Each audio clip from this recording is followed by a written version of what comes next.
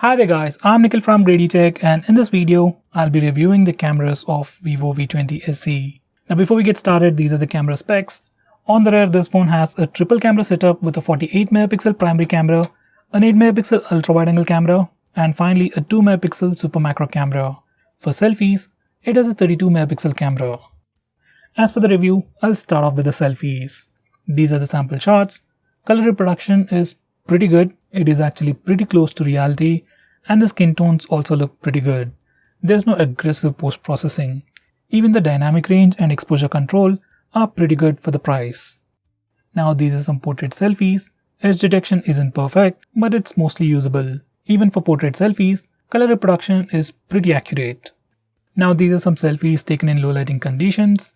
Selfies do look slightly overexposed, and skin tones look slightly more brighter, and colors look a bit washed out. But overall, selfies do look pretty good in low lighting conditions. Now these are some selfies taken with night mode. They look pretty similar to regular selfies, but slightly more brighter and with a slight blur. To get sharper selfies, we need to keep our phone pretty steadily, and personally for me that's a bit hard. Overall, night mode for selfies works. Now for the rear camera, these are some pictures taken with the primary 48 megapixel camera. Pictures have good exposure control, colors look slightly saturated, but they do look pleasing. Even the dynamic range is pretty decent. Now these are some wide angle shots which are followed by the regular shots. Pictures from the wide angle camera look much more saturated than regular pictures, but exposure control and dynamic range is pretty good. And the wide angle shots also look much more pleasing because of the vivid colors.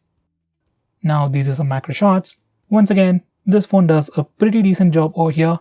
Pictures have good color reproduction and captures a lot of details. Now for the portrait shots using the rear camera, edge detection once again isn't perfect, but they do look pretty good. Unlike regular shots, portrait shots look slightly saturated, but they do look pleasing to the eyes.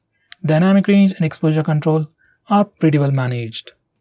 This phone also has a dedicated 48MP mode. Normally whenever you take a picture, using the concept called pixel binning, you'll get a 12 megapixel picture, which is like a compressed form. If you want to take a bigger 48MP picture, you can use this mode. And here's a quick comparison between a regular picture and a 48 megapixel picture. With 48MP mode, we definitely get a lot more details, but the file size is pretty huge. And for better results, you need to take them in well lit conditions. In low lighting conditions, once again this phone does a pretty decent job with color reproduction and limits the noise, but the pictures are still pretty soft. We also have a dedicated night mode for the rear camera, and these are the sample shots. They're definitely much more brighter and sharper than the regular pictures, but at some places when it's too dark, they are pretty soft, just like a painting. But overall, this feature does work pretty well. Now for video recording, here's a sample footage from the rear camera recorded at 1080p resolution at 30fps. While recording at 1080p resolution, this phone offers electronic image stabilization, and it is pretty decent. Even the exposure control and dynamic range are pretty good. Even the color reproduction is pretty close to accurate colors. Overall, video recording capability of this phone is pretty good.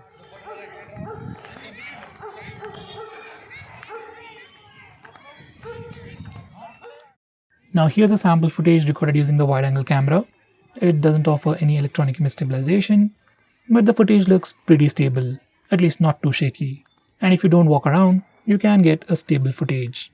Exposure control and dynamic range is pretty good.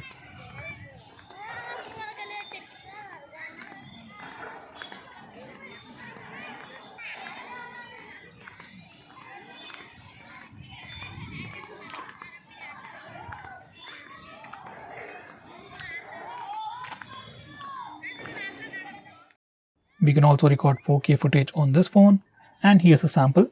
By the way, this 4K footage has been downscaled to 1080p at 30fps. This footage looks a bit faded when compared to the 1080p footage, and there's no stabilization.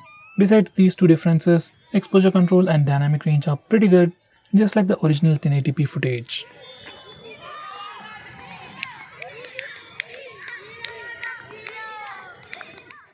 Now here's a quick sample from the front camera. Even though footage is not too wide, it is pretty stable and it is pretty usable. Color reproduction, dynamic range and exposure control are all pretty good. So guys, this is a sample footage recorded using the Vivo V20 SE using its front-facing camera at 1080p resolution. So audio is from the phone itself, so check out the noise cancellation and stabilization offered by the phone.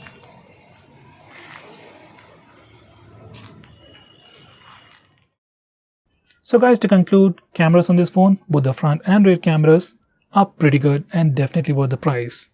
With that said, if you are looking for something slightly better and if you are willing to pay an extra price, I would recommend you to get the Vivo V20 instead, which has a better front-facing camera with eye autofocus technology. I've already made a video on the Vivo V20, check that out for more information. So guys, what do you think about the camera performance of this phone? Do let me know by commenting below this video, and if you're planning to buy this phone, use the link in the description, it always helps the channel. I'm Nikhil from Greedy Tech signing off, have a nice day.